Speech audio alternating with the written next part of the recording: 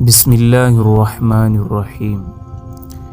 ایک مرتبہ خلیفۃ المسلمین ہارون رشید کی خدمت میں پستہ بادام کا فالودہ پیش کیا گیا جو انہوں نے نوش فرما لیا۔ فالودہ اس قدر خوش ذائقہ اور شیریں تھا کہ ہارون رشید کی طبیعت باغ ہو گئی۔ جی میں آیا کیوں نہ ہو کہ ایسا لذیذ فالودہ ذہین و فتین عالم کی خدمت میں پیش کیا جائے۔ ہارون رشید علماء و ادباء کا بڑا قدردان تھا۔ اس نے اپنے بیٹوں کی تربیت بھی اس طرح کی تھی کہ وہ علماء کرام کے جوتے اٹھانے پر فخر محسوس کرتے تھے۔ وہ خود بھی علماء کرام کی دعوتیں کرتا، اپنے ہاتھ سے ان کے ہاتھوں پر پانی انڈیل کر ان کے ہاتھ دھلواتا تھا۔ چنانچہ اس نے اپنے دور کے مشہور فقیہ قاضی ابو یوسف یعقوب بن ابراہیم کو دعوت طعام دی اور ان کی خدمت میں وہی مشروب پیش کر کے اسے نوش کرنے کی درخواست کی۔ جب قاضی صاحب نے اس قدر جان فرا اور خوشگوار مشروب نوش کیا تو ان کا دل مسرت سے لبریز ہو گیا۔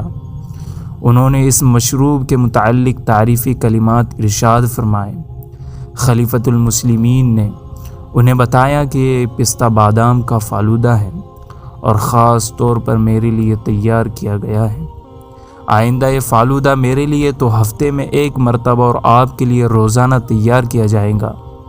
قاضی ابو یوسف یعقوب بن ابراہیم نے بات سنی تو کھلکھلا کر ہنس دیے۔ جب خلیفۃ المسلمین نے اس طرح بے ساختہ ہنسنے کی وجہ دریافت کی تو انہوں نے بتایا کہ دراصل مجھے یہ جان کر کہ پستہ بادام کا فالودہ ہے اپنے استاد محترم کی بات یاد آ گئی جسے اللہ تعالیٰ نے سچ کر دکھایا۔ بات یہ ہے کہ میرے بچپن میں میرے والد ماجد کی وفات اور گھر میں ناداری کی وجہ سے فاقوں تک کی نوبت پہنچنے لگی۔ میری والدہ نے اس صورتحال سے بچنے کے لیے مجھے ایک دھوبی کے ہاں مزدوری کے لیے بھیج دیا۔ چنانچہ میں روزانہ دھوبی کے ہاں مزدوری کے لیے چلا جاتا۔ راستے میں امام ابو حنیفہ رحمۃ اللہ علیہ کے پاس طلباء کو حصول علم میں مشغول دیکھتا تو میں بھی کبھی کبھار ان کی مجلس میں بیٹھ کر درس سننے لگتا۔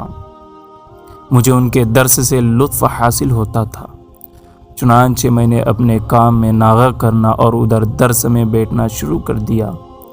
جب میری والدہ کو اس بات کی اطلاع ہوتی تو وہ مجھے وہاں لینے آ جاتی اور مجھے کام پر جانے کی ہدایت کرتی تاکہ گھر کی دال روٹی چلتی رہے۔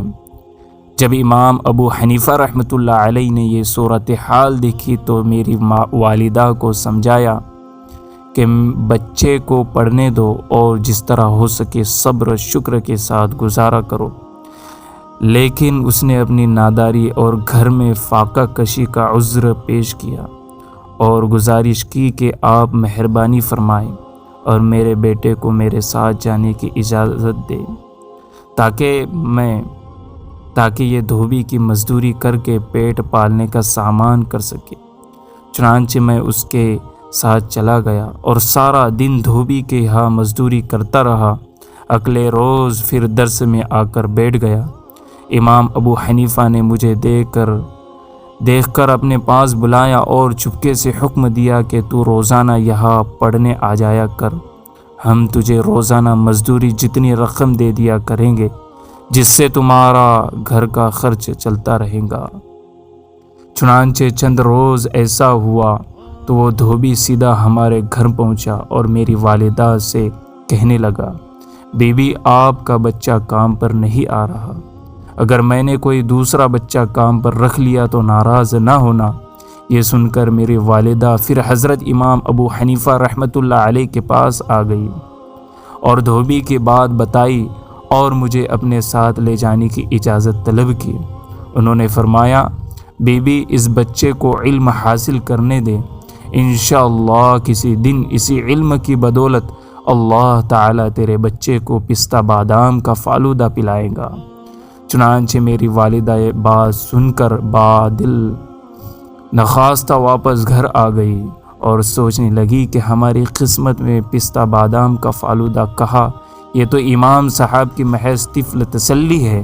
اس کے بعد امام صاحب نے ہمیں روزانہ پڑھانا شروع کر دیا اور آج اللہ تعالیٰ نے ان کی بات پوری کر دکھائی۔ قاضی ابو یوسف یعقوب بن ابراہیم بچپن میں نادار ضرور تھے لیکن بلا کے ذہین و فطین تھے۔ ان کی اسی خوبی کو حضرت امام ابو حنیفہ نے اپنی فراست مومنانہ سے بھانپ لیا تھا اور لائق شاگردوں کی ایسی تربیت کی تو اس دور کی سب سے بڑی سلطنت اسلامیہ کے چیف جسٹس اور قاضی القضات کے عہدے پر فائز ہو گئے۔